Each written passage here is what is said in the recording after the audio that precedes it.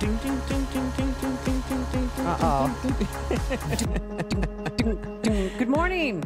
Welcome back to AM 560 The Answer. Amy Jacobson here, filling in for Dan Prof, filling in for me, is the one and only Bruce Wolf. Hi. Hi, how are you? Very good. Thanks for coming in. You'll be here today and tomorrow. Yes, I We've will. had a great, exciting show so far. It's been covered good. a number of topics. A lot of fun. It hasn't been good, Bruce. It's been great. It's been super. Come on, don't bury the lead. Okay. But I've been watching this because, we talked earlier about Kevin Spacey. He's being replaced in one of the roles he was playing. They're reenacting. They're putting a different actor for him because of the sexual allegations that have come out against him.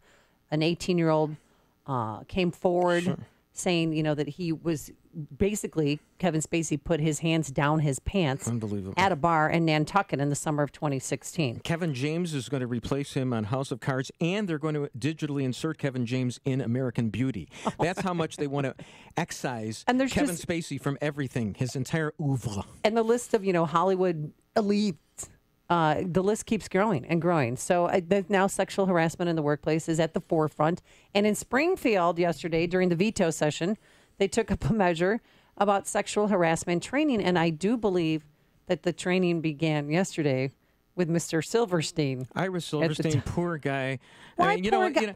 Why poor guy? You know why? Because I know he's a nice Jewish guy. He got suckered in. Look, I'm not even coming up with this. Look, I'm a Trump troglodyte. Excuse me, he got suckered in? Yeah. No, he's a married man, Hold and on. he engaged in bad behavior. Eric Zorn, a liberal.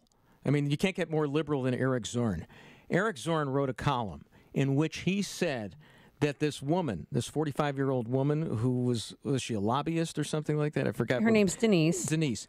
Rothmeyer. Rothmeyer. That she, quote, coyly led him on. That's Eric Zorn saying that. Eric Zorn may as well be a show host on AM 560 The Answer now. Okay, he just lost his liberal cred. But here's the thing. Eric Zorn actually saw that there's nuance in the relationships between men and women. And I'm thinking Ira Silverstein, he didn't touch her. He didn't harass her. He probably it was inappropriate, but maybe she was doing some stuff too. I don't know. I'm a Trump troglodyte. Well, here is the alleged victim, Denise. Let's turn on the next 6 weeks in a crisis. I lost 20 pounds. My hair fell out. I was so scared that I would have to admit myself into a hospital because I went down to like 109 pounds. Okay, Bruce, that's not enough suffering? He would have meetings with me because he liked to look at me. He thought I was pretty. He would tell me I'm intoxicating, I'm intimidating, I look like a movie star, always pointing out how I look. He's a married man. Yeah, he is still a married man, married to a alderman. He's not exactly smooth. Yeah, let me put it this way. I mean, he's Ira Silverstein. He's a state senator, some fungible turkey downstate. But here's the thing. All I'm saying is that Eric Zorn read the entire 444-page report. Mm-hmm. He's a liberal in good standing. I get into fights with Eric Zorn on Twitter over General Kelly, but that's another story. He said she coyly led him on. Now, maybe she felt that she needed to do that because she's in a subordinate position. But on the other hand, I don't know. These things are complicated. That's all I'm saying. Well, she was one of the complainants, one of 27 complaints that dated back to 2014. But now we have somebody, a new appointed legislative inspector general to actually, because they said that there was an inspector general, but there was never one. But now we actually have someone. Okay. And with that, we go to Marianne Ahern, political reporter over there at NBC5. Good morning, Marianne. How are you? Hey, good morning, guys. Good morning. So what is happening in Springfield? I saw your report the other day. I know that Pritzker and Chris Kennedy, are asking Silverstein to step down. What has his response been? And I can't imagine being sitting there. Yeah, right. So the three of the Democrats, Fisk, Kennedy, and Pritzker, have all said he should resign. When he finally got there, he was late. Silverstein was late for the Senate, and he came in, and according to those reporters that sit, the print reporters sit right on the floor. We're up in the balcony. But I was told that he walked in and said to the president of the Senate, John Cullerton's aide, "What do I say? What do I do?" And the aide said, "Buddy, it's up to you. Go for it. Do whatever you want." Oh, man. I mean, no one would talk to him. Cullerton did talk. He walked over to Cullerton. He spoke to Cullerton for a while. And then he sat at his desk and he may as well have been out on an island. Aye. He was a pariah. No know. one would talk to him. Oh, my God. Watching His it was teammates uncomfortable. Yeah, it was. Marianne, in your history of covering the legislature, is this akin to like Rod Blagojevich's farewell address? Like nobody even wants to look at him or something? Well, here's the part that if you would have asked for the top 10, perhaps, folks who might be on the sexual harassment list, I don't think Ira Silverstein would be in the top 50, maybe the top 100. So that is the part where everyone's going, well, whoa, they're really throwing him under the bus rather quickly when you know darn well there are folks who were way worse than this. Well, right, he didn't even touch her or anything like that. Well, and wait, no, did he touch her? We don't know. Look, I'm not trying to justify what he did, but what I'm Sounds like saying you is, are. well, here's the problem, Marianne. Eric Zorn, you probably heard me mentioning this, when I went off on one of my little screeds here. But Eric Zorn is a liberal in good standing. He's a sensitive liberal male. What? She says she coyly led him on. That's his take on this. Maybe it's not as easy, it's not as black and white as we like to think it is. I don't know. I agree with you there. I agree with you that it's complicated. And let's let Julie Porter, the new Inspector General, that, my goodness, they waited 3 years. And of these 27 complaints, we don't even know how many are sexual harassment and how many are about lawmakers. They might be about staff. They might be about lobbyists. So there's a lot of gray area out there still. Well, who dropped the ball and we didn't have a legislative inspector general for 3 years? How is that even possible? They're, of course, pointing fingers at each other. And it's the legislative leaders, and it comes back to Madigan and Cullerton. They're the guys in power. They are the ones that, they claim that the Republicans didn't give them a name or they didn't agree on a name or some, it's a bunch of who knows what. They didn't bother to get a legislative inspector general, is the bottom line. One of the aides said to me, well, we were so busy with the budget. Really? For 2.5 years, you didn't pass the budget. You got to be able to juggle a couple of balls here, guys, not just one. Just leaving that office empty sent a signal to everybody that no one cared. So this sexual harassment training, what's up with that, and when does it begin, and what does it involve? Well, it was interesting that, the Democrats held their own, the Republicans held their own. I thought that was odd at first. But then I thought, well, maybe they feel more comfortable about asking questions. From those inside, we were given the handout of, it was basically 10, 15, 20, 40 slides. 40 slides. They had a pre-quiz ahead of time. And, there is a wide age range at the Capitol, but it does tend to err. It's much on the older side. They're not exactly young folks in there. So, some people might think is an okay comment, other people are saying no.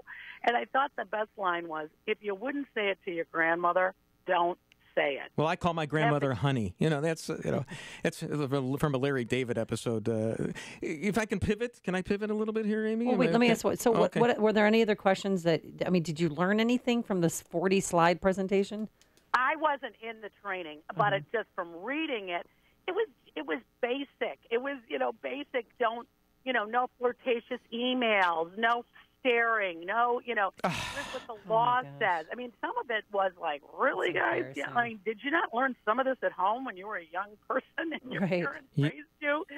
They need a refresher course in this. I guess it's, that's where they got to start. So if I could pivot for a second, Marianne, because we were once colleagues at NBC5, and yesterday Barack Obama showed up for jury duty in Cook County, and everybody made a big polenta out of the whole thing.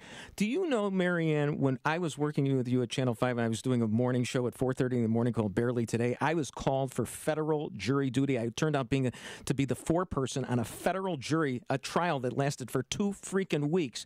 Did I complain about it? I was doing a morning TV show and going and sitting and falling asleep on a jury every day.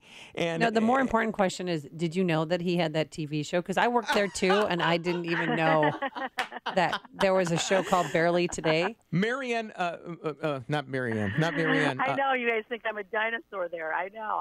No, I worked there 12 years too. But do you remember that show? Because I honestly, it was on for 4.5 months. I barely remember Barely Today. And one of the reporters called it Barely There. It was called Barely Today. Anyway, but Obama shows up yesterday. Why didn't the Chief Judge Tim Evans just say, "Don't even bother showing up. Skype to us that you're here or something"? Because there's no way he was going to sit on a jury. Oh, I think so. I mean, other Oprah has shown up for jury. Mr. You know? T I did. mean, I think Donald Trump has shown up before he was president. I mean, it does send a very good signal to everyone that, hey, you know, when you get called, you come. I do think it was pretty interesting that he also had a luncheon speech on the same day. Don't cancel. I don't know my how speech. that happened. He was pretty sure he wasn't getting picked. And that's a guy who donated like $1 million to him, wasn't it? One of these, big mockers. Michael Sachs. Yeah, right, Michael Sachs. Mayor Emanuel's dearest bud. No way. That was pretty interesting. I'm going to make the luncheon. Don't worry. Yeah. But President W. Bush and George, excuse me, I can't. Words are hard sometimes, Marianne. George W. Bush and Bill Clinton, they also had to report for jury duty, and they were never selected. But the Tribune yesterday wrote an article that President Barack Obama could be the foreman for the jury. I mean, they actually, for a person, they actually thought that he was going to be picked to serve on the jury. Right, and I was the foreperson on my jury because I worked with Marianne Ahern. They said you have so much cred. You're on Channel 5. You're in living color. That's why they made me the foreperson. Yeah. All right. So Marianne, what are you working on for tonight? Or do you have a day off? Is it a research day? Remember research days? Loved research days. I'm heading right back in, and so there's a couple of things percolating. Perhaps Silverstein has two challengers. Two Democrats have stepped up to say they'd like to run, so we'd like to talk to them. And as well, Governor Rauner, even though I won't be there, he is speaking in Springfield, and we hadn't heard from him all week on the veto session. He lost some of the things that he vetoed, including the all-important cursive writing, gal. Oh. They are going to teach cursive writing. You know, he said, the heck with that, but they said no, they want to keep that cursive writing going. And I also heard this morning and took a look. I love this. The Pope said no photographs from your phone. Stop taking phone pictures. No selfies. And mass. Selfies are narcissistic. They're solipsistic. Yes.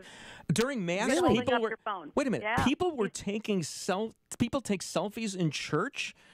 People are. with I'm the an usher. focus People there. are always on their phone in church. Why would you take a selfie? I mean, if you could get God in the picture with you, I could understand that. But Marianne, why would they? You're supposed to be praying to God. What are you taking a picture of yourself for? They all want to save. If it's the Pope, they want to save that they were there with the Pope. Oh, with the Pope. I get it. All right. Well, that matters. Yeah. All right. So what time will we be on? 6 o'clock?